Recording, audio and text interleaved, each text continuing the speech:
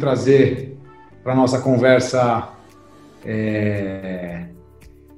uma pessoa com que a gente acompanha há muitos anos. A nossa história começou com ele e com a Strider, que em 2014. É uma história para a gente espetacular, porque foi uma história completa entre investimento, gestão e depois desinvestimento com muito sucesso, né? Uma venda feita por uma multinacional. Então, eu tenho a honra hoje, o privilégio de convidar... A honra é minha.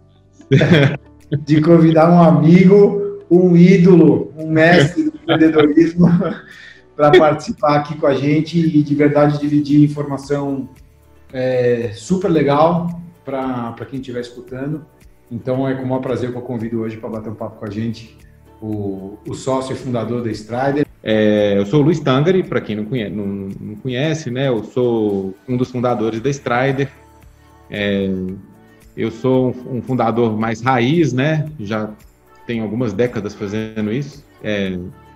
Eu adorei fazer o ciclo da Strider, foi uma experiência de fundar uma empresa como um outsider, né? Eu não era originalmente da área de agricultura quando a gente começou a empresa e adorei ter feito. A Strider foi a validação de várias teses que eu tinha vontade de validar há muito tempo, que depois eu posso expor aqui uma por uma, né?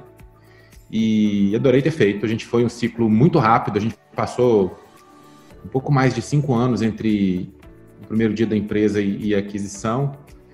Depois a gente já tem 2 anos, um pouco mais de 2 anos da aquisição e deixa muito feliz a história como um todo, as pessoas que a gente conseguiu agrupar lá e trabalhar junto, né? E no final ter conseguido fazer alguma diferença aí na missão da empresa, né?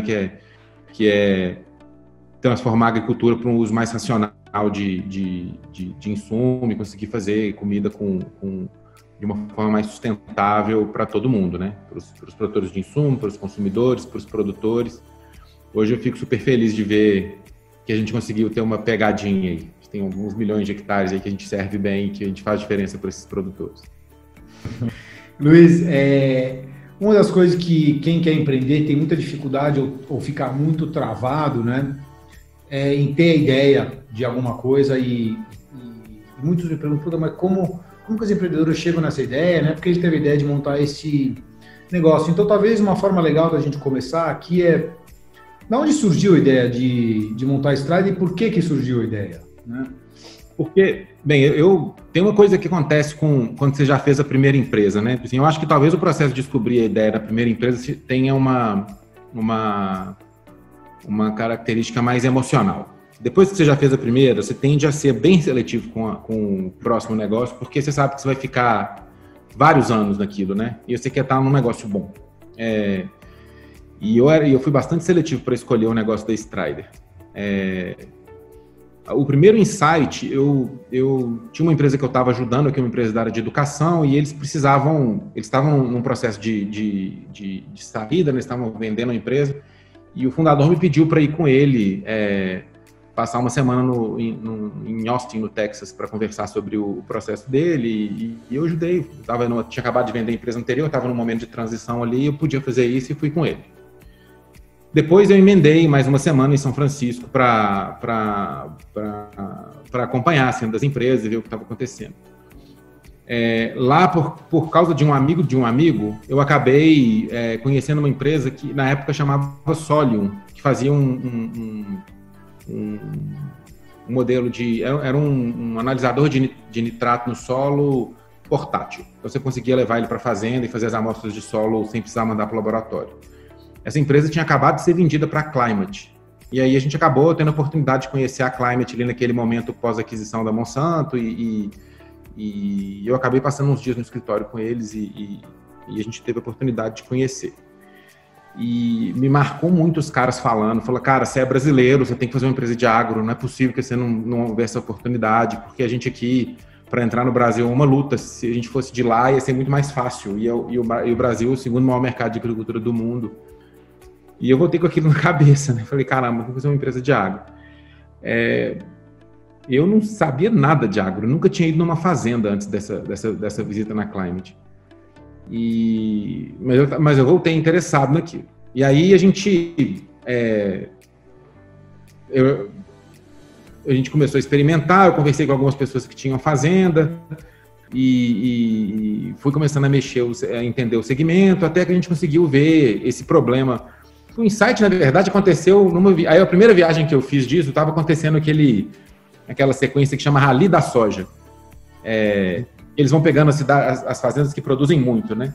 Essa história é ótima, porque eu estava lá e eu não entendi nada de agro na época. E eu estava lá conversando com um dos caras que tinham ganhado o Rally, lá, acho que era medalha de bronze, não lembro mais, e no Mato Grosso, subindo ao 63, e o cara estava me contando como é que era, e aquilo que ele tinha conseguido fazer e tudo.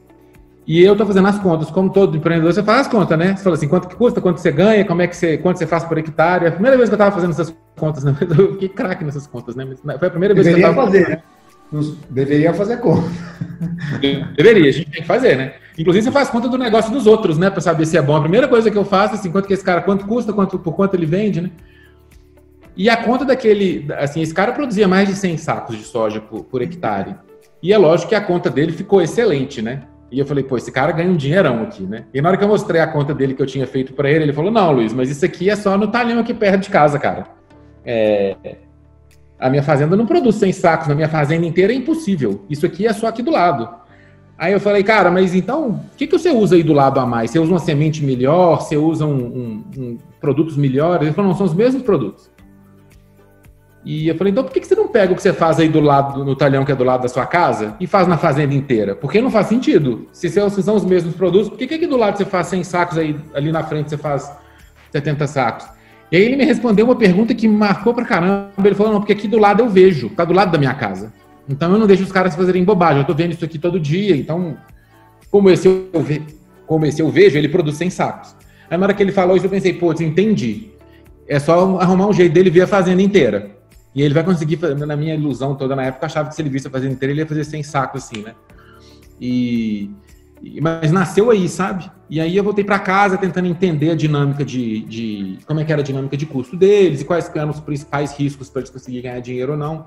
Não demorou muito para a gente chegar na conta do pesticida, que é para um monte de cultura, para quase todas as culturas, é um gasto predominante, né? Talvez seja o maior gasto. E é um gasto mais difícil de controlar, porque a semente e o fertilizante, você sabe exatamente quanto você vai gastar, você não é um gasto que flutua, né? O pesticida você não sabe, você pode precisar de aplicar mais ou menos, então era o gasto mais volátil, e era um gasto grande e volátil. E na hora que você perguntava para os produtores na época também, você perguntava para eles assim, nos seus gastos aqui, qual que você gasta pior? Onde você é pior? Com semente, com pesticida, com máquina? E eles todos falavam, com pesticida, eu sei que eu sou ruim pra caramba com pesticida. Isso aqui é um problema. A gente não consegue resolver. E aí a gente voltou para casa com a missão falei, beleza, agora eu só preciso arrumar um jeito de fazer o cara aplicar pesticida como se o campo fosse do lado da casa dele. Se a gente conseguir fazer isso, a gente consegue gerar aquela produtividade a mais que eu vi nos caras do Rally da Soja lá, e aí nós temos um negócio. E a Strider nasceu desse jeito. Esse foi o ciclo inicial ali para a gente começar a fazer as soluções, né?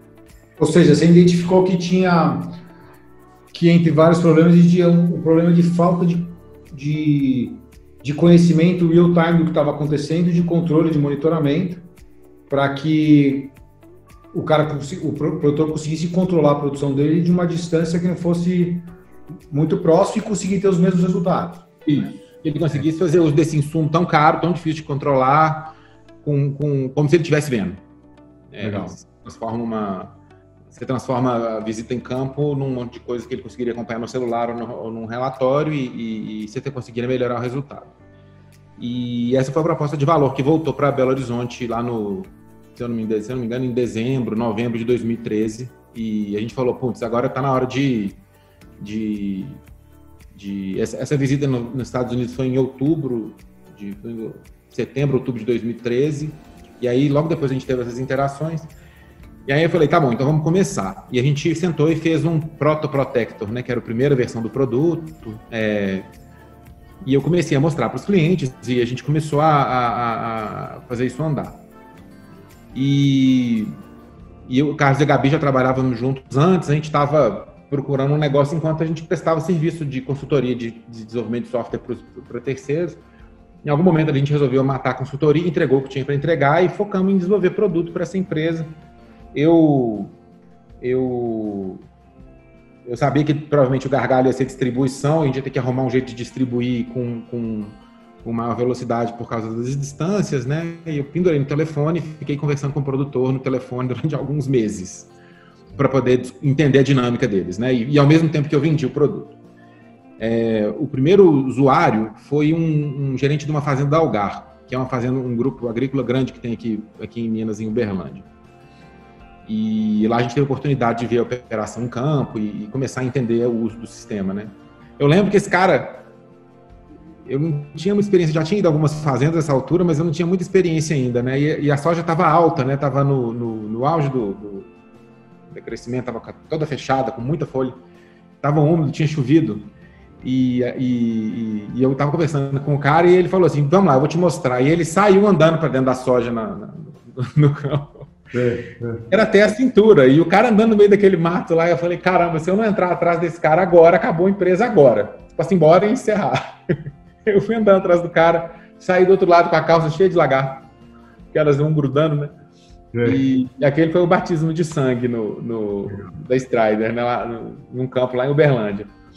Legal. E ali você começa a entender o problema de verdade, sabe? As dificuldades que eles têm para tomada de decisão, o tamanho da coisa, né? Assim, o agro é uma coisa com escala, né? Então, o tamanho para você entender as dificuldades que esses caras têm. Não, é legal o que você está falando, Luiz, porque eu acho que, agora olhando para trás, né, olhando 6 anos para trás, a nossa decisão de investir na Strider, mais específica na solução da Strider, se baseou também nisso, né, na falta de informação no campo, mas não só na falta de informação, e sim no componente de custo do produtor que mais doía no bolso dele, né? Porque a gente sabia que se a gente fosse investir numa solução de AgTech que fosse um componente menos relevante do custo ou até das operações do produtor, que a adoção seria mais lenta, mais difícil, né? E o convencimento do produtor seria, estamos falando de 6 anos atrás, que o mercado acho que era bem diferente de hoje, acho que essa adoção teria demorado mais tempo. Então, um ponto decisório para a gente foi, vamos achar soluções de tecnologia que estejam atacando problemas reais e, de preferência, aqueles que atingem o bolso do produtor. Agro é um negócio de margem. O cara trabalha empurrando margem ali para ele trabalhar. Exatamente. E aí, na época, a gente viu que defensivo representava 47% do custo de um produtor para algodão, 1/3 para soja, 1/3 para o milho. A gente falou, poxa, essa aqui é uma solução que ainda não foi adotada, mas que, se alguém quiser adotar, ela vai ter um uso grande e o benefício vai ser claro, né? A gente vinha com o time, os 3 fundadores da Strider são muito técnicos. Então, como todas as pessoas muito técnicas, a gente sempre corre o risco de focar demais no produto, sabe? Então, para esse ciclo, a gente tomou um cuidado danado em focar no problema. Então, a gente até combinava que a gente não queria ficar conversando de produto, a gente conversava só de problema de produtor, para ajudar a focar o que a gente estava fazendo, né? E isso fez com que a gente fizesse uma empresa com um DNA muito forte de focar no produtor, sabe? Assim, se você for perguntar na Strider lá e sentar num dia qualquer, até hoje, as pessoas conversam de produtores, fazenda, operação, o que é o problema na fazenda, ninguém fica conversando de se é melhor hospedar o sistema na Amazon ou na Azure. É lógico que alguém vai ter que tomar essa decisão, isso é uma decisão importante, alguém vai tomar isso lá no time de desenvolvimento, mas é uma empresa que respira o cliente. Sim. Ela não respira engenharia, apesar de ter a parte de engenharia forte lá, mas os engenheiros também falam sobre o cliente. E a gente sempre teve um foco muito grande em resolver um problema de verdade, sabe? Para não ficar falando sozinho. Sim. Até porque, por não serem fundadores nativos de agro, a gente sabia que tinha sempre uma armadilha da gente ficar cego por problema de verdade dos caras, né? Ninguém ali era filho de um produtor que tinha crescido numa fazenda, que conseguia enxergar isso mais fácil. Então, isso acabou fazendo com que a gente ficasse com uma preocupação muito grande de manter o foco nos problemas reais que os produtores tinham. Isso entrou para o DNA. Está lá até hoje, você consegue entender, ver esses traços lá no comportamento do time. Qualquer discussão que a gente tem, alguém pergunta, já perguntou para o cliente? O que os clientes falam disso aí? Assim, isso é forte, sabe? Legal. E acabou impregnando ali, né? E isso começou assim, eu acho que a sementinha disso foi plantada porque lá em 2014, no comecinho, todo mundo ligava muito e a gente gastava muito tempo no telefone com os clientes. Eu mesmo ficava o dia inteiro. Numa dessas conversas até foi uma conversa engraçada, porque tinha um cara, e depois a gente deve ficar um amigo dele, você conhece ele bem, mas não vou falar o nome aqui não, que tava passando raiva com a SAP. Acho que a SAP fez alguma coisa lá com ele na fazenda, ele tava puto, xingando a SAP, tava putão no telefone, xingando, reclamando dos caras, esse pessoal, e aí ele estendeu a raiva dele para todas as pessoas de TI, né? E aí eu entrei na briga. E o pessoal de TI é foda, reclamando pra caramba, e eu fiz o possível lá para tentar ajudar o cara dele com o problema de SAP que ele tinha e ele desligou e eu não tinha entendido quando ele desligou, se ele gostou, não gostou e tudo. Eu tava, inclusive, achando um pouco engraçado, hein, quando a gente conversava. E foi esse cara que apresentou a gente, né? Aí ele falou com você da Strider e tudo. E foi numa ligação de um cara reclamando de SAP. Mas Luiz, eu ia te fazer uma pergunta, você meio que respondeu. Porque eu tive a sorte de poder acompanhar meio que o desenvolvimento do produto, né? A gente acabou investindo na companhia em 2014, a empresa não tinha cliente ainda, né? Tinha um piloto rodando com a Dupont. Não tinha Dupont ainda não, cara. Não tinha nada. Tava negociando o contrato do café, né? E, cara, pra gente foi uma experiência muito interessante, até porque a gente estava no começo da Barn, e eu falo isso muito para as empresas com que a gente conversa, do foco que vocês sempre tiveram no produto, né? Assim, paranoicos com produtos, né? De o melhor produto possível, e muito nesse ponto que você tocou, né? De pegar os feedbacks de quem vai usar, né? Porque às vezes a gente vê muita startup querendo criar feature, criar um monte de coisa no produto que eles não testaram e de fato não foram ver com quem vai usar aquele produto, se aquele feature é útil. E eu também me lembro que a gente discutia muito, né? Poxa, também não dá para fazer tudo que o produtor quer, ou tudo que o cliente quer. Não dá para você colocar todos os features que todo mundo quer. E sim aqueles features que vão ser utilizados por uma grande maioria das pessoas e que são úteis para o produto, né? Então, na verdade, a pergunta você já respondeu, e acho que a conclusão é importante, né? Na fase de desenvolvimento de produto, que é constante, você escutar o cara que vai usar, né? Porque eventualmente ele vem com feedbacks e ideias que são úteis e que você não pensou e que são óbvias para quem usa, né? Então, eu acho que isso é um ponto relevante para vocês, né? De saber escutar, interpretar o que esses clientes importantes precisavam e, mais importante do que isso, conseguir converter isso em produto rápido, né? Eu acho que isso aí é um ponto de cultura mesmo, porque pega um tablet, vai para campo fazer a amostra de algodão o dia inteiro. É um serviço muito difícil. Você tem que fazer um dia para ver. Se não fizer, é muito difícil você conseguir fazer alguma coisa útil, sabe?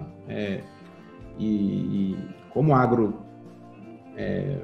não tá fácil, né? Não posso sair daqui de casa e ir para uma fazenda, é mais difícil, mais longe e tudo, você acaba correndo risco de ter esse afastamento. Ou seja, para nós foi muito importante ter essa visão, sabe?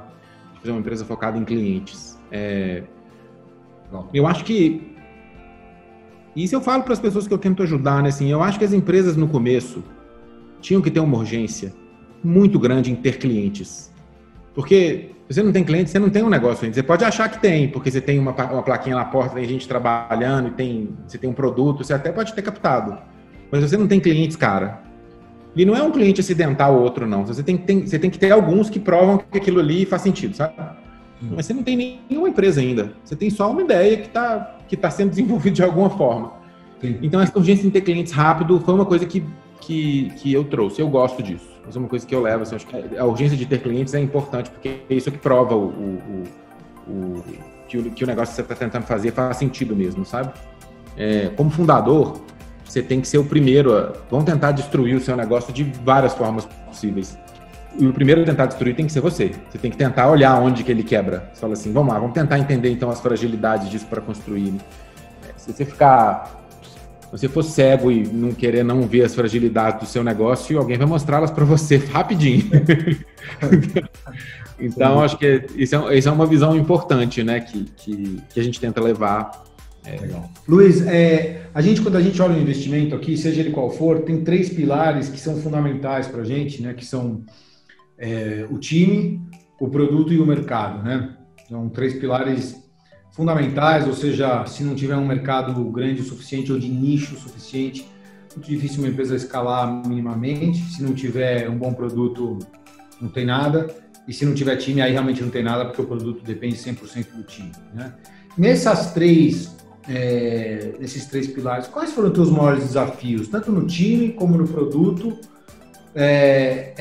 como no mercado? E depois a gente fala de distribuição. Então, acho que essa pergunta é mais para focar nesses 3 pontos, né? Time, produto e o mercado foi a que resolveu primeiro. Ainda hoje, mas naquela época mais ainda, o agro era um campo aberto, assim, não tinha muitos problemas resolvidos.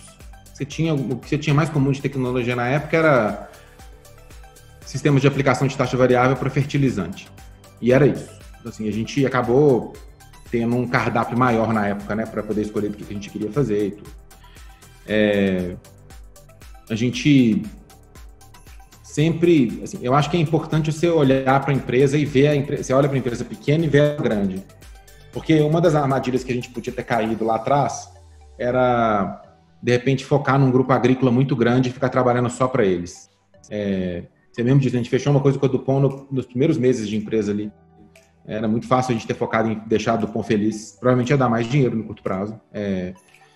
Mas não ia construir a empresa que a gente queria. Então, assim, eu acho que ter uma visão do que você quer fazer mais clara ajuda você não se perder enquanto você posiciona o seu produto no mercado e decide o que você vai fazer. E isso é importante, né? Então, para nós, o que manteve o norte foi conseguir ter uma visão mais objetiva da empresa. O que a gente queria fazer ali, né? Era sempre muito claro o que a gente queria fazer, e aí isso ajudava a gente a posicionar o produto no mercado dentro daquele objetivo. O produto, essa é a parte que para nós talvez tenha sido mais simples, porque são 3 pessoas de produto, né? Então, a gente respira isso tem muitos anos. E então na minha visão, assim, era onde a gente tinha menos risco, né? Se eu fosse externalizar os riscos, talvez a gente tivesse menos risco. Eu lembro uma vez a gente tem uma das principais funcionalidades do Protector, né, do carro-chefe da Strider, é uma tela que chama Timeline, que é uma linha do tempo de tudo que aconteceu num talhão. A ideia da Timeline foi tida lá conversando com produtores de algodão, lá em Luiz Eduardo Magalhães. E já era 2015, algum dia de 2015, começo de 2015 ali, eu lembro que eu liguei para o Carlos e para a Gabi e falei, pessoal, eu vou perder a venda aqui se não tiver uma timeline no sistema. E eles fizeram a timeline de um dia para o outro. No dia de manhã, quando eu fui lá mostrar, tinha uma timeline no sistema. Eu desenhei num papel assim, com o celular filmando, falou, queria isso aqui, desse jeito, não sei o que, no outro dia estava lá a timeline.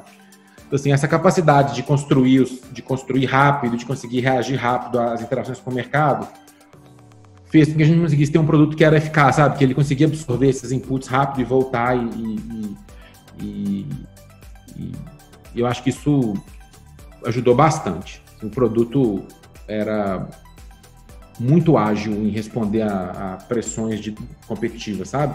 Pôr uma coisa que o cliente precisava ou conseguir fazer uma determinada funcionalidade que precisava, a gente conseguia fazer isso com qualidade e rápido. E com foco no cliente, né? Assim, a gente nunca deixou ninguém ter uma ideia maluca e pôr no software. Se você tem uma ideia maluca, vai lá e vende ela primeiro. Se alguém comprar, a gente põe no software. Isso é outra coisa também que era bastante importante para conseguir manter um produto que fosse focado em resolver problemas reais, né? Legal. E o time, aí a gente foi onde a gente foi mais heterodoxo no começo, né? Porque a gente começou tentando... era um time de outsiders, a gente começou tentando trazer gente do negócio. Então, a gente começou contratando algumas pessoas do agro e, ao mesmo tempo que a gente contratava algumas pessoas que eram de outros segmentos e trazia para o agro para vir educando. E a gente acabou fazendo uma empresa predominantemente com pessoas que não eram do agro. Então, se você olhar a liderança da Strider hoje, ninguém era do agro. Nenhuma pessoa. Todo mundo veio de outras indústrias. Todo mundo teve um primeiro contato com a agricultura na Strider.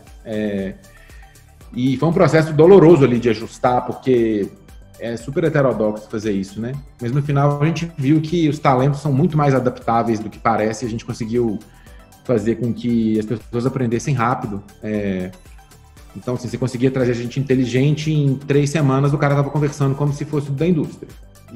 Ou seja, você preferiu achar os bons talentos e que eles fizessem no agro para poder entender um pouco mais do mercado do que buscar gente necessariamente do agro, mas que não necessariamente tinham nem a cultura e nem a capacidade que você procurava. Na época foi um tiro arriscado. Você lembra, né? A gente conversava bastante. E eu mesmo não tinha certeza, porque eu falava, caramba, é difícil uma coisa que você não sabe, né? Assim, o que eu não sei sobre o agro que eu devia saber? É um negócio difícil e é uma decisão que foi tomada devagarzinho durante 2 anos ali, até a gente firmar nisso, e foi um processo doloroso ali. Eu lembro que você lembra que a gente tinha discussões o tempo todo e eu era a voz dissidente para ter gente do agro, né? Eu lembro. Pelo menos na parte estratégica, né, de decisões. Mas eu acho que vocês conseguiram suprir essa falta estando próximo ao cliente, né? Porque se você está próximo ao cliente, você consegue ter um input real do agro, né? Então, acho que vocês foram muito inteligentes nisso. Então... e passaram pessoas do agro pela Strider nessa época que ajudaram muito também, ajudaram a gente a entender. Assim, a gente não aprendeu isso sozinho, não. A gente teve pessoas que passaram pela empresa na época que ajudaram a gente a aprender também. Isso é uma coisa interessante também, né, Luiz? Às vezes você tem pessoas na equipe que são muito úteis e se encaixam muito bem num determinado estágio da companhia, né?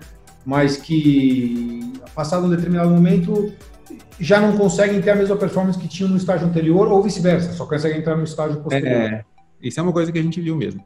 Mas no fato é que a gente acabou construindo uma empresa no agro com pessoas de outras indústrias. Isso é uma tendência que ficou muito forte e ela só acabou agora, no ano passado, quando a gente começou a contratar agrônomos em volume mesmo. Se você for olhar hoje na Strider, a maioria é agrônomo. Se você for olhar hoje, a maioria, 2/3 da empresa é agrônomo. Mas, não tem os desenvolvedores, né? Tem 2/3 da empresa que não são desenvolvedores e é agrônomo. Mas a liderança não é porque são os que entraram primeiro, né? Então, assim, talvez nós vamos ter agrônomos na liderança, provavelmente tem várias coisas que eu já tenho um agrônomo na liderança, mas nós vamos ter mais, provavelmente, mais adiante aí. Mas como a liderança que está lá hoje, predominantemente, ainda são os caras que se destacaram mais lá atrás, a gente acabou trazendo isso. E foi a primeira decisão heterodoxa da empresa. Depois tiveram outras. Essa foi a primeira. E foi um passo importante para nós, sabe? Fazer isso e conseguir fazer isso dar certo. Porque isso dava um acesso a um pool de talentos muito maior que a gente conseguia montar e desenvolver na época do que se a gente tivesse que buscar pessoas nas cidades do agro e começar a montar um time remoto. Isso permitiu que a gente pusesse todo mundo no mesmo escritório, as pessoas viajavam muito, mas voltava todo mundo, então você conseguia continuar conversando e facilitou manter uma cultura mais unificada, pegar o feedback do campo melhor, porque você ia almoçar com os caras que tinham acabado de viajar e eles contavam. Então, acho que isso foi uma parte importante do time, né? Uma outra coisa de time também, a gente me preocupava muito manter uma cultura que fosse compatível com o que a gente quisesse. Então, a gente escreveu a cultura. Assim, chegou em algum momento ali nos primeiros meses que eu escrevi um documento com algumas páginas explicando assim, assim é o jeito que eu acho que as pessoas deviam se comportar nessa empresa. E a gente defendeu essa cultura muito forte. E aí, então, foi um caso, foi uma das teses que eu gostaria de ter, que eu queria ter testado com a Strider, e a gente testou, foi como é que fazer uma empresa com a cultura engenheirada. Então, assim, a gente pensou nisso, não foi um negócio que nasceu organicamente, a gente escolheu, a gente falou assim, quais são os valores que nós vamos escrever na parede, por que nós vamos defender isso, e a gente planejou isso, né? E isso fez com que a gente conseguisse construir um time com a liderança forte. E isso facilitou nos momentos difíceis ali de fazer um time que não desistia, que conseguia engajar de novo e conseguia procurar o caminho. Essa cultura que a Strider construiu, eu acho que talvez seja a coisa que me deixa mais orgulhoso do ciclo inteiro. Mais que tudo, mais que produto, que todas as outras coisas. É uma cultura super resiliente, antifrágil. A turma, quanto mais apanhava, mais forte ficava. E eu acho que foi, se fosse para isolar um fator de sucesso ali, para esse negócio ter dado certo, eu isolaria esse. A gente conseguiu criar uma cultura vencedora nesse time, né? Muito bom. Cara, a próxima pergunta aqui, e aí eu duvido se responder ela de uma forma sucinta, porque essa daqui é a grande, né? Eu acho que a gente conversa com um monte de empresas de tech puta, eu acho que esse é o desafio que todas têm, né? Então, se você quiser conseguir dar a fórmula mágica em uma frase, eu acho que você vai virar um mentor de todas as arquitetas. Né? Que a pergunta é a seguinte, cara, como vencer o desafio da distribuição no agro, né? Cara, isso foi uma... Eu lembro da gente discutindo isso inúmeras vezes, eu continuo a discutir isso com empresas como a Vicana, a Agritas, que fazem parte do nosso portfólio. Eu acho que eu consigo responder rápido essa. Como é que é? Eu acho que eu consigo. Eu acho que a maior parte dos fundadores de AgTech não tem foco em distribuição. Assim, todo fundador, todo CEO, vamos chamar de CEO, não muito composto, todo o head de uma startup, quando ele chega no escritório, ele chega de manhã preocupado com uma coisa. Essa coisa, no primeiro ano, tem que ser distribuição. E eles focam em um monte de outras coisas, mas nunca em distribuição. Então, se você for tentar... Essa talvez seja para mim, seja um dos fatores críticos ali naquele comecinho ali. Não só para a água, mas para qualquer empresa, sabe? No primeiro ano, o fundador tem que estar preocupado com distribuição o dia inteiro. Tem que ser a preocupação zero dele. O resto depois ele olha. Assumindo que tem um produto bom, né, Luiz? Se tiver um produto bom, né, para distribuir. Mas mesmo que ele não tenha um produto bom, eu ainda iria olhar como vai ser feita a distribuição para você conseguir ter um produto que encaixa naquele modelo que você fez. Porque senão você pode fazer um hardware que custa muito caro para produzir, que o investimento para fazer em escala você não tem e o cliente não vai pagar o valor caro que você está tentando vender. Ou seja, não adianta nada desenvolver um produto para o agro se você não for entender como e com quem você vai distribuir. Você vai vender. Você não tem o produto ainda? Você não tem o produto ainda? Pensa como é que você vai distribuir ele enquanto você faz. Porque você pode fazer um produto que é impossível de distribuir depois. E não tem muitas oportunidades de distribuição no agro. Então, assim, com certeza é o principal funil, sabe? Tem muita coisa para fazer. Tem muito problema para resolver e tudo, mas não tem muitas oportunidades para distribuição de software. Os canais são limitados e não tem muita coisa que é possível fazer. Então, provavelmente, essas empresas vão gargalar ali na hora de distribuir. Uma fração pequena das empresas que eu conheço tem foco de distribuição no primeiro ano. Depois você vai ter que mudar esse foco mais adiante, mas eu estou falando só sobre o primeiro ano. No primeiro ano, foca distribuição. Minha opinião. Legal. E eu acho que isso é um limitador que eu vejo para essas empresas conseguirem avançar. Assim, se você não tem uma máquina de conseguir clientes que funcione bem, você não vai conseguir nem ter produto, porque você precisa dos clientes para criticar o produto, né? Para o produto se fortalecer ali e ficar uma coisa que funcione. Acho que uma das dificuldades de qualquer empreendedor é conseguir equilibrar, né, o momento da companhia com conseguir mostrar muito crescimento versus desenvolvimento de produto, né, conseguindo trazer faturamento para conseguir captar, né, para conseguir mostrar KPIs, e esses são alguns dos KPIs principais que o investidor vai olhar, né, então como você desenvolveu o produto, quanto cresceu a companhia, né, o número de clientes e eventualmente o faturamento que você tem. E esses são KPIs que muitas vezes eles se conflitam no momento inicial da companhia, né? Às vezes você queima potencial clientes tentando vender porque o produto não está ainda muito bom, mas você precisa mostrar crescimento, você precisa mostrar aquisição de clientes para poder continuar a desenvolver produto, porque você precisa captar para fazer isso, né? Como é que você, assim, eu vivenciei como você fez isso, né? Mas como que você de dentro fez isso, né? E eu sempre achei que você foi um cara muito eficiente nas captações, né? Porque para mim uma captação eficiente não necessariamente é a captação ideal, né? Porque às vezes o empreendedor fica meses, anos tentando captar uma captação ideal, não consegue, né? E tem que voltar atrás. Eu acho que você preferiu captar a captação possível e correta no momento certo, né? O que encurtou muito os períodos de fundraising e te tirou por muito mais tempo do que você gostaria, que eu me lembro, mas por um tempo menor do que a gente costuma ver da operação, que você ficou muito tempo dedicado à fundraising. Então, como equilibrar, né, essas coisas que às vezes são conflitantes entre si? E se você tem alguma dica, né, para para quem está nesse processo? É difícil, viu?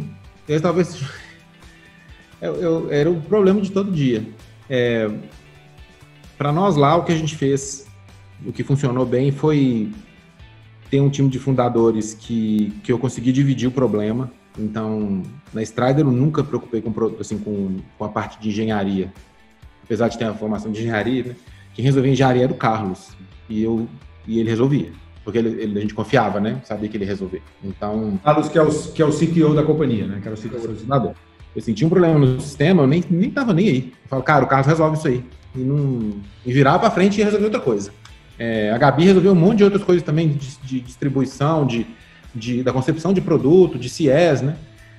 Então, assim, a gente conseguia dividir bem os problemas entre os fundadores no começo. Assim, nenhum precisava ficar toreando o outro ali. Fala, cara, você já fez, eu não sei o que.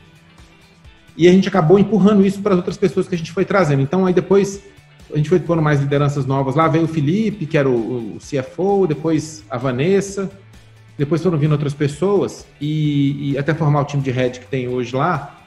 E eles sempre tiveram muita autonomia, sabe? Então, isso funciona. Se você consegue fazer dar certo e consegue ter pessoas que conseguem entender a responsabilidade que eles têm muita autonomia, você vai ampliar a capacidade de execução.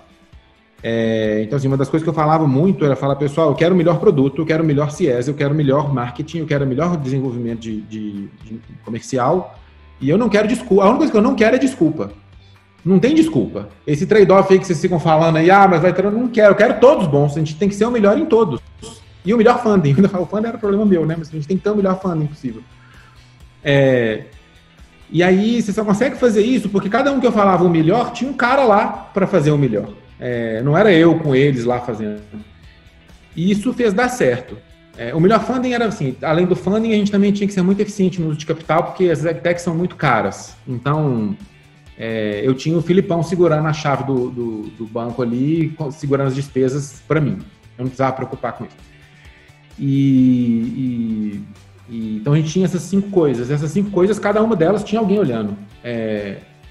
E esse formato seguiu a empresa inteira. Então, por exemplo, mais adiante, quando a gente tinha uma revista, eles não deixavam eu ler, isso incorporou na cultura também, eles não deixavam eu ler a revista antes de lançar. Porque eles falavam, não, eles vão criticar a revista é minha, eu vou fazer, mas isso é uma coisa que eu não concordo, o problema é seu, cara, a revista é minha, se você quiser fazer uma revista, você faz. Essa eu tô fazendo. E eu li a revista no dia que ela lançava junto com todos os clientes. A não ser as coisas que eu tinha escrito que iam lá, né? Mas as coisas que as outras pessoas escreviam. E essa dinâmica acontecia para um monte de outras coisas. E a gente conseguiu equilibrar essa autonomia grande com as coisas funcionarem e isso permitiu a gente ampliar a capacidade de execução para ter tudo. Então, ou seja, internamente eu nunca aceitei esse trade-off de vamos sacrificar uma coisa pela outra e tudo. É lógico que quando você... os primeiros clientes que você vai servir, o produto é mais fraco, né? O produto vai fortalecendo à medida que ele vai tendo um embate com os clientes ali. Mas os clientes que viam esse produto mais fraco, eles sabiam que o produto era mais fraco. A gente explicava para eles, falava, cara, eu acabei de fazer, olha aí se você gosta, se você não gostar, a gente ajusta. Mas era um combinado, assim, a gente não... E aí, alguns clientes não tinham paciência para ser um cliente que ajudava a gente a desenvolver produto, a gente acabou perdendo alguns no caminho. Ou seja, né, Luiz, você conseguiu ter uma equipe que você confiava, que você sentia que era capaz, e essa equipe teve o ownership e também via o prêmio por participar com equity, né, na companhia, mas tinha um ownership para tocar coisas importantes de desenvolvimento de produtos, de distribuição, de marketing, enquanto você, nos momentos críticos da empresa de captação, pôde minimamente fazer isso de uma forma sem ter que parar a operação e sem ter que fazer com que a empresa voltasse para trás, porque ou você se dedicava a uma coisa ou a outra. Né? Foi. Quando a gente foi vender a empresa, eu saí da empresa 6 meses. Eu fiquei 6 meses olhando a venda, eu só fazia isso. Eu não sabia o que acontecia. Eu recebia um relatório uma vez por semana no Excelzinho, assim, dos números da empresa. E era isso, porque a empresa dá muito trabalho. E nós vimos lá, né? E dá muito mais trabalho que fazer um round para captar. E eu precisava estar dedicado, focado naquilo. E para conseguir fazer que funcionasse bem e tudo. Eu não fiquei 100% focado nos 6 meses, eu talvez tenha ficado 100% focado nos 3 meses. Mas os outros 6 meses eu fiquei pelo menos 50% focado. E nesse tempo a empresa rodou bonitinha. Se desse errado a venda, eu voltava para casa e continuava. A empresa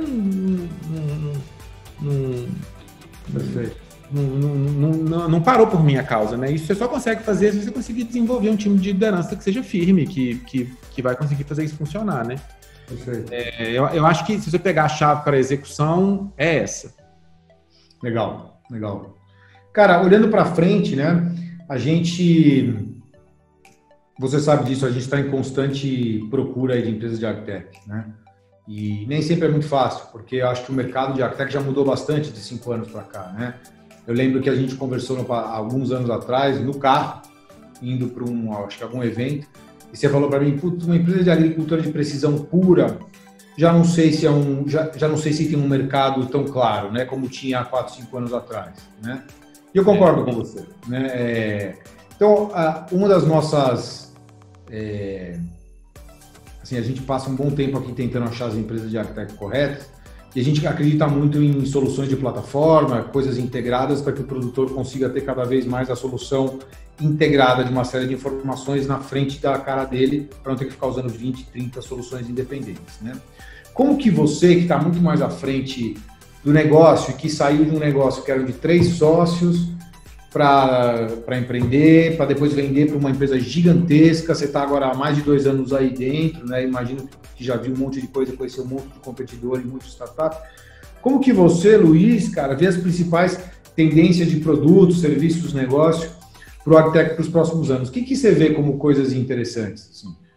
Olha, nossa, eu podia falar disso aqui 2 horas, mas vamos lá, vou tentar resumir aqui. Algumas coisas que me impressionam. O tamanho e a complexidade da cadeia. Talvez seja a cadeia mais complexa que eu já vi. No segmento de distribuição para os produtores menores, tem muito espaço para inovar. No crédito, tem muito espaço para inovar. O crédito no agro, no Brasil, não funciona. Tem muito espaço para desenvolver. Eu acho que não veio a onda ainda, mas vai vir alguma hora as empresas de solução vertical. Então, assim, a gente não tem nenhuma empresa ainda que faz uma solução legal no café e que domina o café e são especialistas. E a Strider não teve oportunidade de fazer isso porque a gente abraçou tudo, abriu o braço e pegou tudo que deu, né? Assim, tem todas as culturas lá. E aí, beleza, foi essa onda. Talvez algum dia vai ter uma de café ou uma de fruta para exportação. E tem empresas boas fazendo, mas você ainda não viu ninguém conseguir construir uma dominância nesse segmento, sabe?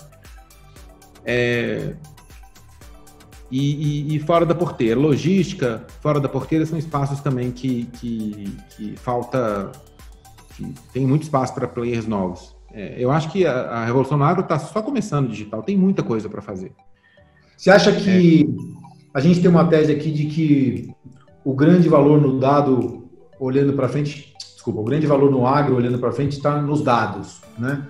Nos dados que são coletados e na transparência que existe no campo, porque isso é o que vai destravar muitas coisas como crédito, por exemplo, né? O crédito, em grande parte, ele é restrito pela falta de informação, pela falta de transparência e por a gente generalizar áreas muito grandes em que produtores são muito diferentes e não deveriam ser tratados da mesma forma, para o bem ou para o mal, né?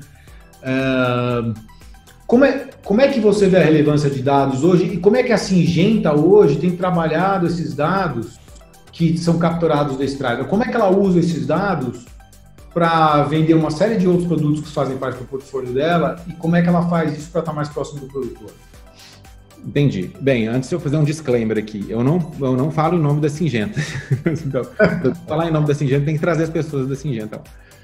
Eu acho que é tudo muito novo ainda, né? Assim, essa oferta de dados, como tem hoje, é muito novo. Assim, eu diria que a Syngenta está começando a digerir a quantidade de dados enorme que a Strider oferece. E eu acho que o potencial é enorme e nós estamos começando a desenhar como isso impacta de verdade os negócios, né? E assim, tem uma jornada de aprendizado que eu acho que a indústria inteira está passando, assim, o que fazer com os dados. Sim. A gente teve uma primeira onda aí que foi uma onda de, vamos dizer, de construção de infraestrutura, né? de ferramental para conseguir os dados.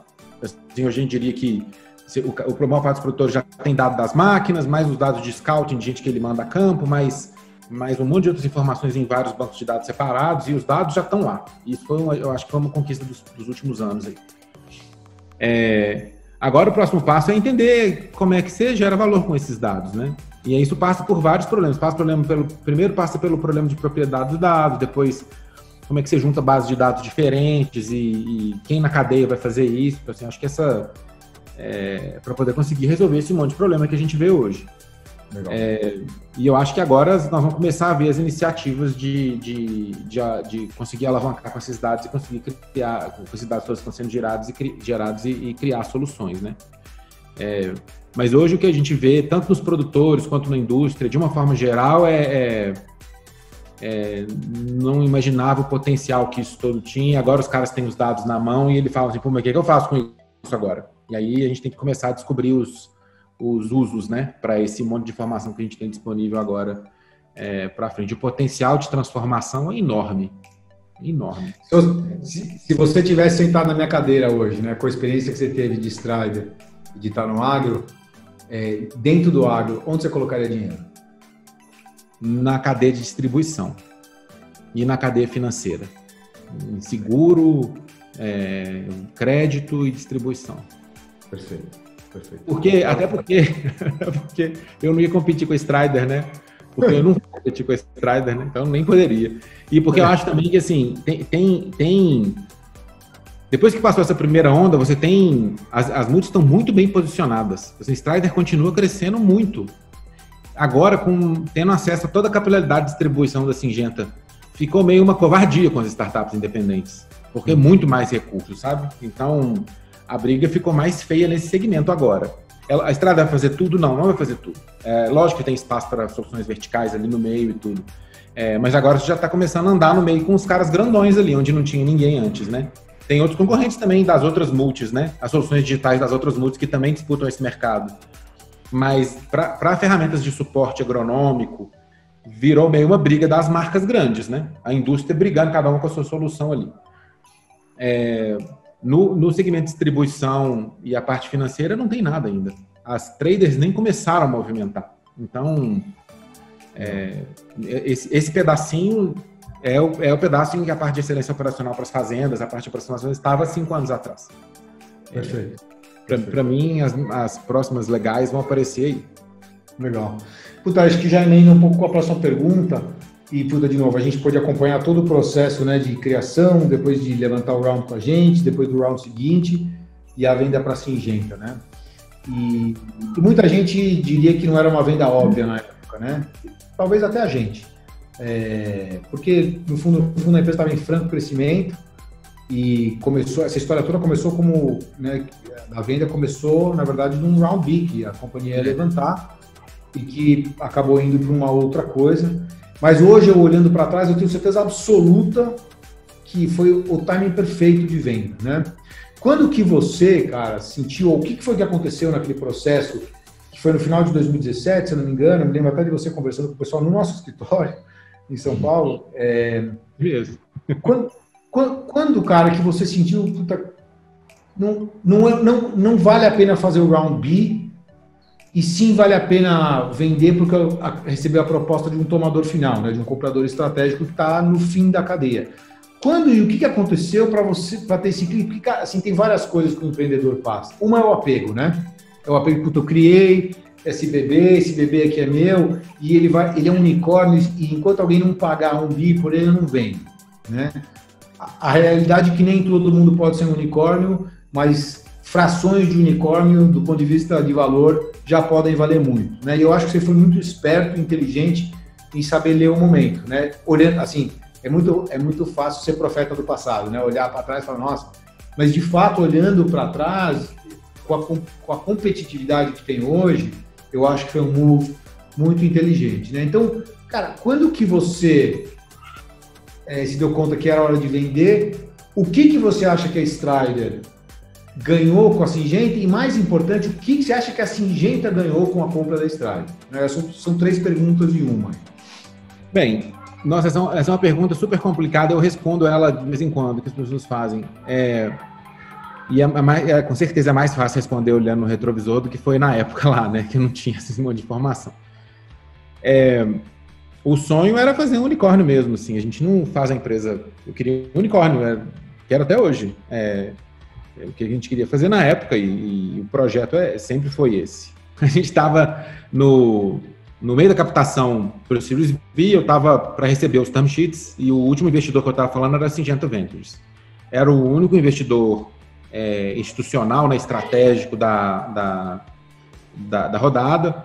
Tinha uma preocupação da Syngenta em ter algum nível de exclusividade para garantir que a gente não fosse vender a empresa para um concorrente depois.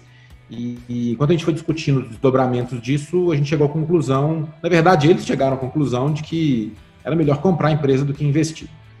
E a gente teve conversas longas e muito disso aconteceu graças ao Dan Burdett, que era o Head Digital da Syngenta, que é uma pessoa excelente, que teve toda a habilidade ali de costurar a construção da visão juntos, sabe? Em algum momento eu já confio até hoje, que o Dan ia continuar executando a visão para o negócio e que a gente ia conseguir fazer isso de dentro da Syngenta, ao invés de fazer como uma empresa independente, que para mim era um ponto importante, né?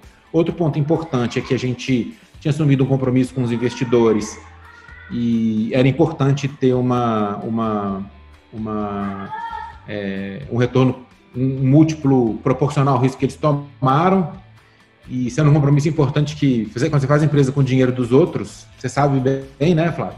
Você precisa ser responsável com isso. Então, assim, eu tinha uma preocupação muito grande de dar um retorno, no múltiplo que fosse bom para os investidores, e eu não via, talvez a gente não conseguisse ter uma outra oportunidade de saída mais adiante. Se a Syngenta, em vez de comprar a Strider, comprasse uma outra empresa, a gente ia ter um competidor muito mais com armas novas e muito mais bem financiado para combater, e isso podia fechar a janela daquele segmento que a gente atuava, né?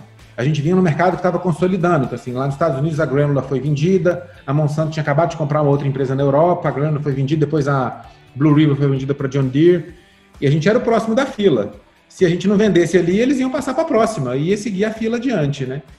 E me pareceu a saída que fosse a saída mais justa para os investidores. Esse fator também foi super importante, sabe? Tem que respeitar o dinheiro dos investidores que estão investidos lá também. E por último, nesse segmento específico de sistemas agronômicos para dentro da porteira, a preponderância das multis é muito grande. A capacidade de capilaridade que eles têm é enorme. Eu não sei se cabe, pode ser que eu queime a língua daqui a pouco, né? Mas eu não sei se cabe um unicórnio aí. E na hora que eu comecei a entender isso e ver a capacidade de distribuição que eles tinham, eu entendi que talvez o ápice que uma empresa independente podia chegar era onde a Strider estava. Se juntar essas três coisas, assim, a gente ia continuar executando a visão do mesmo jeito, uma empresa que comprou a mesma coisa que a gente queria fazer. Ia ter uma excelente oportunidade de multiplicação de capital para os investidores, que talvez não viesse depois. E, por último, a gente talvez estivesse no ápice que a empresa podia estar, porque dali para frente você ia ter uma consolidação e esse mercado ia passar a ser dividido por ofertas das empresas da indústria, né? De juntar esses três me levou a decisão de vender na época. Mas foi uma decisão tomada entendendo que tinha um pouco de risco, né? Algumas outras empresas na época que foram na direção oposta, que fizeram o Series B e seguiram adiante, que são amigos, inclusive, eu falei para eles, vou prestar atenção no que aconteceu com vocês, porque vocês são o meu espelho como é que seria a outra trilha, né? É uma decisão difícil, né? Assim, uma decisão super difícil. Mas no final foram esses três fatores, né? E eu não arrependo, não. Eu acho que foi a coisa certa a fazer pelo negócio na época. Cara, hoje eu tenho certeza absoluta. A gente, como investidor, no final das contas, a decisão de vender é sempre do empreendedor, né? E acho que a gente sempre apoiou na venda, mas sempre com o pé atrás se era o momento, né? Porque era muito difícil ver naquela época. E eu tenho certeza absoluta que foi o melhor move que a companhia fez, porque de fato o mercado estava ficando mais competitivo, mas o dinheiro estava mais escasso. Porque a empresa começou a negociar com a Syngenta no final de 2017, começo de 2018, que foram épocas horríveis no país, né? Eu lembro até que o deal saiu, se não me engano, na semana anterior àquela paralisação geral que teve dos caminhoneiros, né? Que o deal concretizou de fato no final de abril, mas foi começo de maio. E eu me pergunto se teria saído se a gente tivesse esperado uma semana a mais, né? Então, independentemente do retorno, a pessoa sabe que a gente teve um retorno espetacular nesse deal, eu acho que foi uma leitura inteligente do mercado, sabe? Ia começar a ficar uma competição muito grande, naquele momento um aperto de caixa grande, e não era óbvio a saída se você não vendesse para uma Syngenta, né? Então, hoje olhando para trás, eu tinha, acho que um dos ditados na nossa indústria é que o pior exit é não ter exit, né? Então, é muito difícil você acertar exatamente o momento, né? Então, quando o empreendedor sente que existe uma proposta no preço correto e que o desafio de captar o dinheiro talvez não compense, né? Vis-a-vis o que ele está recebendo agora, é a hora de vender. Eu acho que você foi genial para isso, né? Não dá para saber, nós só vamos conseguir saber quando tiver outro, que a gente consegue comparar. Aí nós vamos conseguir saber se foi ou não. Mas por enquanto não tem outro, a gente fica na dúvida aí, né? A gente não sabe. Cara, vamos lá, mais 2 perguntas também para não tomar muito do seu tempo. Essa aqui é a pergunta meio que... eu acho que é legal fazer esse tipo de pergunta e acho que é legal fazer para você porque você é um cara bem aberto, né? Então, cara, obviamente você não teve só acertos ao longo do caminho. Acho que, na verdade, a gente aprende muito mais com os erros do que com os acertos, né? Então, qual você acha que foi, assim, resumidamente, teus maiores... Acho que os maiores acertos a gente entendeu aqui, mas se você quiser falar de novo, acho que é bom. Mas quais foram os maiores acertos, os maiores erros? E o que você pudesse mudar, assim, coisas principais, não tudo, o que você faria diferente ou melhor do que você fez? Olha, de acertos, a gente testou praticamente um modelo de distribuição do zero todo ano. Então, esse processo foi muito bom para a empresa. A gente descobriu como é que fazia CS. Dentro do processo de evolução do modelo de distribuição, a gente descobriu como é que vendia para produtor por telefone. A gente descobriu como é que esse sistema ia transformar num sistema de suporte gerencial, de melhoria gerencial para a fazenda. A gente aprendeu a fazer marketing no agro. Tudo enquanto a gente reformava o processo de distribuição. Acho que esses ciclos foram super legais e apesar de que dentro deles lá era muito difícil, né? Eles vieram porque o mercado mudava muito rápido, né? E você tinha que reformular a forma como você estava distribuindo para conseguir manter o ritmo de crescimento. No ciclo da Strider, a gente não tinha opção de não crescer. A outra coisa que eu falava com a turma também é que eu não estava interessado numa empresa zumbi. Eu falava, cara, se eu for terminar um ano do mesmo tamanho do ano anterior, eu vou embora, eu não vou ficar. Então, isso acabava forçando a gente a reformular, assim, sempre buscar um caminho para reformular o modelo de distribuição e conseguir continuar crescendo. E fazer as outras coisas todas que desdobravam disso lá no produto, com as ações comerciais, com marketing. Eu acho que esses ciclos de descoberta foram muito importantes, ajudaram bastante, a gente neles acabou acertando mais do que errou. Teve alguns erros ali no meio, de uma forma geral, enquanto a gente descobriu o modelo de distribuição, a gente acertou mais que errou. A outra coisa boa também, como eu já falei, assim, ter definido uma cultura vencedora e ter suportado essa cultura e tomado as decisões para privilegiar essa cultura enquanto a gente estava fazendo o ciclo. Também foi um fator super importante e ter investido num modelo que dava mais autonomia, que permitia um time mais independente. Os erros, vamos lá. Eu acho que, quando eu lembro aqui, um erro que me escaldou um pouco foi hardware. A gente entrou no negócio de hardware achando que hardware era software. E hardware é caro e demora. Assim, são ciclos muito mais lentos e é muito mais caro para desenvolver uma empresa. E a gente não tinha modelo de funding para hardware, a gente tinha modelo de funding para software. A gente acabou acertando e o hardware funciona, um sucesso lá, é um produto que funciona, ele só não escala mais porque a Syngenta gosta do software de gestão de pesticida por razões óbvias, né? Mas no final deu certo, mas há um sofrimento e um sacrifício enorme na empresa para fazer aquilo virar e com algum consumo de caixa. Eu olharia para hardware hoje com muito mais de uma forma muito mais cuidadosa do que a gente olhou na época que a gente fez. Então, isso seria uma das coisas que eu faria diferente. A outra coisa que eu faria diferente, eu acho que a gente podia ter tido mais cuidado com implementar ritos de gestão de pessoas na empresa desde o começo. Como a gente tinha uma gestão muito informal e as pessoas eram muito amigas e tinha um nível de confiança razoavelmente alto na empresa, quando estava perto de mim funcionava bem, sabe? Isso fez com que a gente acabasse adiando a implementação de um RH mais estruturado na empresa. E quando a empresa começou a crescer e a gente já não tinha acesso na ponta lá no cara que já tinha mais de, 70, 80 pessoas, você não tinha acesso na ponta no cara que tinha acabado de entrar, a falta de ter um RH que já tinha sido construído desde lá do começo fez com que a gente não oferecesse experiências de trabalho tão boas para essas pessoas durante uma janela, até a gente arrumar a casa com o RH, né? Isso, em uma próxima vez, eu tentaria começar o ciclo de desenvolvimento do RH mais cedo na empresa. Acho que esses talvez fossem os dois erros maiores quando eu olho para trás e lembro, né? Tem alguns erros que são mais conceituais, né? Que você consegue transportar para outros contextos. Depois disso, mais erro tático mesmo. Talvez em alguns momentos a gente podia ter respondido mais rápido, sabe? E a gente acabou esperando um pouco mais do que eu gostaria. Mas, como eu disse, é fácil olhar esses erros depois que eles já passaram, né? Sim. Mas erros conceituais, para mim, os dois maiores foram esses. Legal. Cara, aqui a última pergunta. Você sabe, a gente é super crítico das empresas que a gente investe, a gente tenta ser bastante diligente nos investimentos.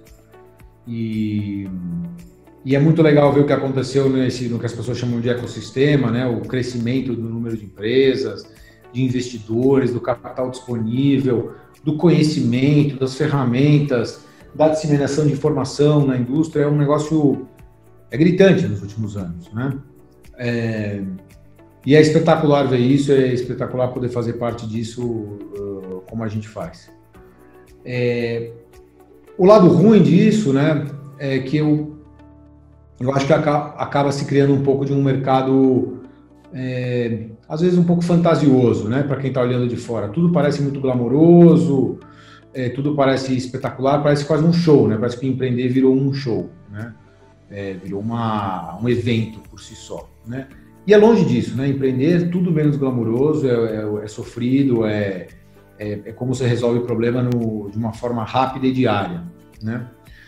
Qual que é a tua, cara, mensagem para quem está procurando empreender, seja no agro ou fora do agro, mas uma mensagem de quem já conseguiu repetir pela segunda vez, né? Montar uma empresa, gerir e vender. Assim, qual que é uma mensagem sincera que você dá para quem está querendo empreender, né, hoje em dia? Cara, tem um pouco disso mesmo, mas às vezes isso é feito mais pelo que está em volta do que pelos fundadores em si, sabe? Eu não acho que os fundadores que estão nesse ecossistema se veem no mundo cor-de-rosa, não. A vida deles é bem dura, a nossa toda é bem dura. Mas talvez o jeito como é tratado e o que tem em volta ali passa um pouco essa impressão. Eu acho que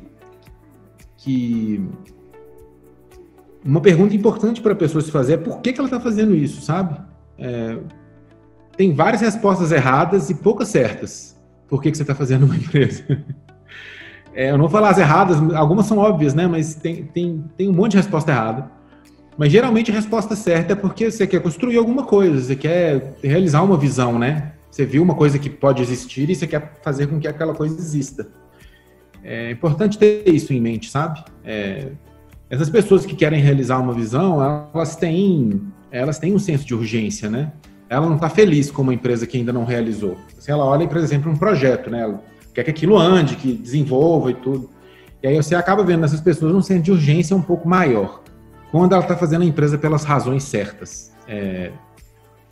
E isso talvez seja uma coisa importante para olhar, né? Assim, às vezes você vai conversar com fundadores e ele entende mais de direito de liquidação, de liquidation preferences, do que do mercado que ele está tentando vender.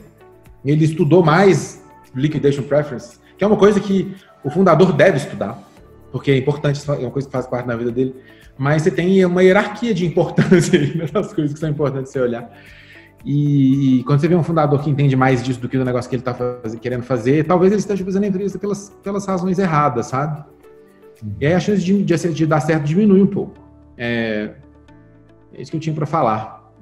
Então eu acho que isso é uma parte do processo de maturidade, né, dos fundadores, que eles têm que passar e entender que jornada que eles estão se propondo e o que eles vão fazer. É um segmento que tem um darwinismo voraz, né? A taxa de sucesso é muito baixa. Baixa. Preocupa tudo da tua visão, Luiz. O que a gente tem que passar, às vezes, para muitos empreendedores é que antes da gente... Às vezes a gente está negociando um round seed, sei lá, e o empreendedor está falando do Series A, né? E a gente fala para ele, cara, mas se você não fez nem esse round, você já está falando do próximo. E a gente sabe que tem métricas que são importantes preservar para poder fazer rounds futuros, mas às vezes a conversa nem passa pelos deliverables, né? De o que vai ser o produto, como será o produto, qual vai ser a equipe, né? Como é que eu vou distribuir. Isso me parece o fundamental, porque o que eu sempre tento passar para o empreendedor é, se você tiver uma empresa boa, você vai fazer rounds, vai captar, você vai vender. Isso não é uma garantia, mas é um caminho mais seguro. Se você tiver uma empresa ruim, é seguro que você não vai captar. Ou vai captar e vai durar pouco, né? Então, vai ser pior, porque você vai arrumar uma briga com alguém que perdeu dinheiro na sua empresa. Exatamente. Além de dar errado, você vai ter um problema para resolver. Mas assim,